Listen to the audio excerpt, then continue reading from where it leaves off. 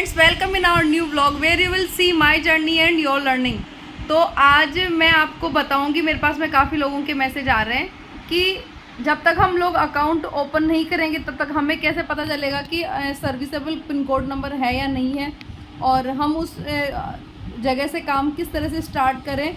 तो उन लोगों की क्वेरी ये थी कि हमें ये बताओ कि हम लोग कैसे पता करें कि जहाँ से हम लोग बिज़नेस करना चाह रहे हैं, जहाँ का हम जीएसटी नंबर लेना चाह रहे हैं, वो पिन कोड सर्विसेबल कैटेगरी है या नहीं है। तो इसके लिए हम लोग कैसे पता लगाएं कि वो पिन कोड सर्विसेबल है या नहीं है, इसके लिए हम क्या करें। तो इसके लिए मैं जहाँ तक समझती हूँ तो आपके लिए कर सकते हैं कि मीशो के ऊपर विदाउट जीएसटी आप प्रोडक्ट सेल कर सकते हैं, बट आप जिस स्टेट में हैं उसी स्टेट में।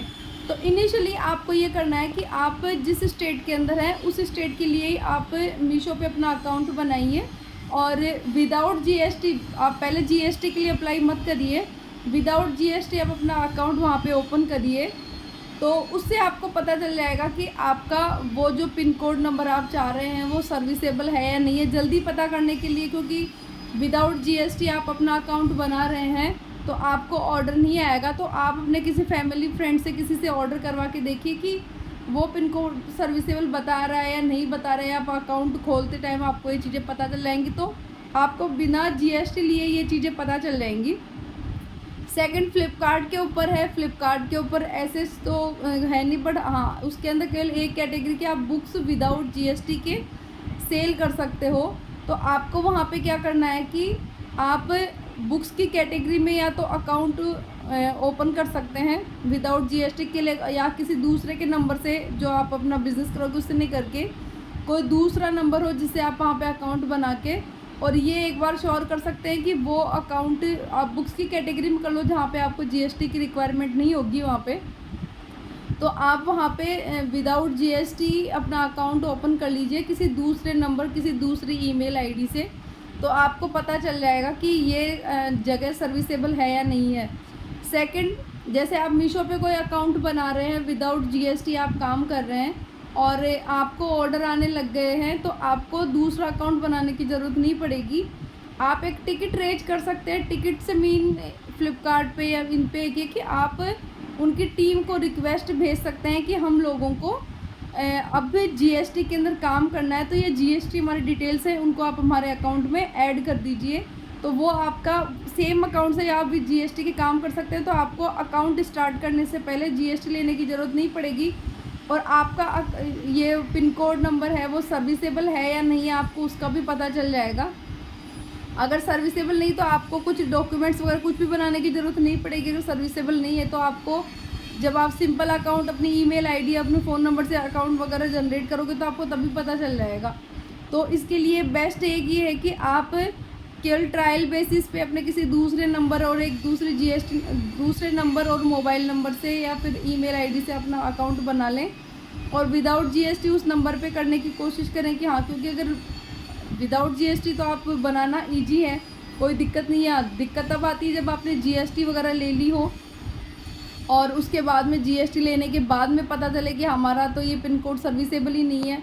बट अगर फ़ोन नंबर और ईमेल आईडी से ही अगर कुछ होता है और अगर वहाँ पे अगर सर्विसेबल नहीं होता है तो कोई दिक्कत नहीं पड़ती, उससे कोई बड़ा इशू नहीं होता। जहाँ तक मुझे इतना आइडिया नहीं है, पर शायद आप अकाउंट क्रिएट करोगे उस टाइम ही आपको इन चीज़ों का पता चल जाएगा।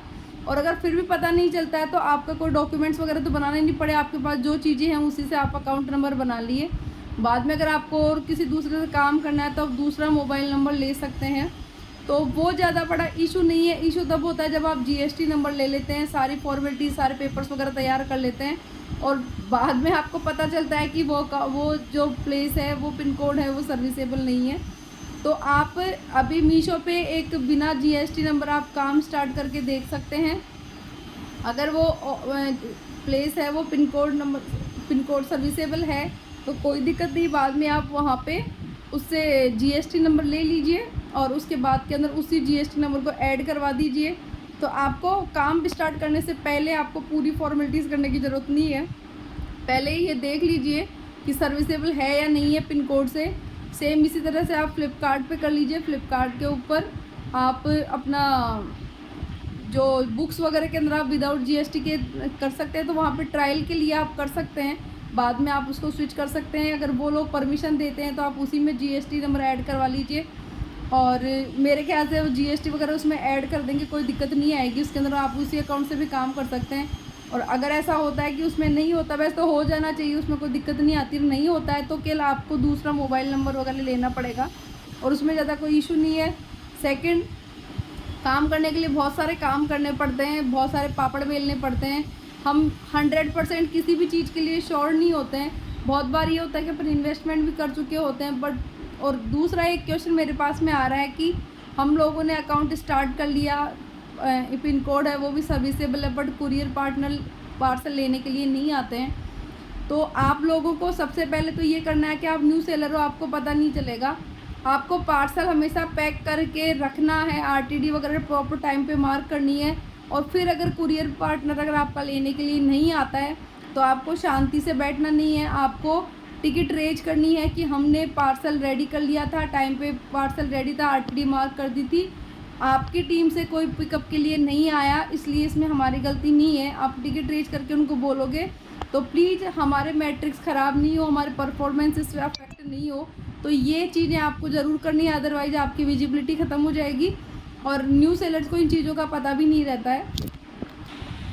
और सेकंड एक ये है कि बिज़नेस आपको बनाना है तो आप ये नहीं सोचोगे कि कुरियर पार्टनर आएगा। स्टार्टिंग में हो सकता है उन लोगों को पता नहीं हो, तो आप लोगों को खुद को अपनी तरफ से भी एफर्ट डालने होंगे। आपको कुरियर पार्टनर के ऑफिस, जो कुरियर वाले हैं उनके ऑफिस जाना होगा, उनको ये बोलना होगा कि हमने काम स्टार्ट करा है, हमारे यहाँ से आपके पिकअप होना है। किसी दिन वो नहीं आ रहे तो आपको भी जाके दे के आना पड़ेगा, क्योंकि सफ़र आप करोगे, कुरियर वाले का कुछ नहीं बिगड़ेगा। मीशो, फ्लिपकार्ट, अमेजोन उनको कुछ नहीं पड़ी है आपकी, आपको ही स्टार्टिंग में एफर्ट करने होंगे, टिकट्स रेज करने होंगे, बताने होंगे, कुरियर पार्टनर से मिलना होगा, तब जाके। मेरे साथ में भी ये चीज़ें 2 बार हो चुकी हैं। जब मेरे हस्बैंड का ट्रांसफ़र होता है, हम लोग शिफ्ट करते हैं दूसरी जगह, तो कुरियर पार्टनर की प्रॉब्लम होती है, हमें भी उनके जो टीम में इवन टिकट रेज करने के बाद में भी कोई सॉल्यूशन नहीं होता। तो इन जो कुरियर कंपनीज़ के जो हेड होते हैं, हेड आई मीन मतलब उस एरिया के अंदर जैसे इनके हब इंचार्ज होते हैं, उन लोगों से आप मिलो, उनको बताओ। और मेरे तो जब भी 2-3 बार प्रॉब्लम हुई है तो मैं तो कुरियर इनके जो हेड हैं, इनके पिकअप जो हब इंचार्ज हैं, मैंने उन्हीं से बात करी है, उन्होंने मेरी प्रॉब्लम सॉर्ट आउट करी है। तो आप भी प्लीज़ उनके पास में जाइए, उनको बताइए कि हमने काम स्टार्ट करा है, और प्लीज़ आप कोऑपरेट करिए और हमारे प्रोडक्ट को लेने के लिए किसी को भिजवाइए। और अगर वो स्टार्टिंग में नहीं आ पाते तो प्लीज़ आप जाके देख के आइए कि आपके मैट्रिक्स ख़राब नहीं हो। एक बार मैट्रिक्स ख़राब हो गया, अकाउंट वगैरह ब्लॉक हो गया, तो आगे आप कुछ नहीं कर पाएंगे। इनिशियली काम स्टार्ट करने में दिक्कत आती है, फिर बाद में स्मूथली चलने लग जाता है। तो गाइज़, आपको अपने बिज़नेस को बढ़ाना है तो खुद को ध्यान रखना पड़ेगा, दूसरा आपके बिज़नेस का कोई ध्यान नहीं रखेगा। और जितना भी एफर्ट स्टार्टिंग में करना पड़े करिए, क्योंकि अगर आप इनिशियली ध्यान नहीं देंगे तो आपके अकाउंट पे प्रॉब्लम हो जाएगी, आप काम नहीं कर पाओगे। तो आज के लिए दोस्तों इतना ही, मिलते हैं किसी नेक्स्ट वीडियो में, किसी नेक्स्ट टॉपिक के अंदर। Okay guys, bye.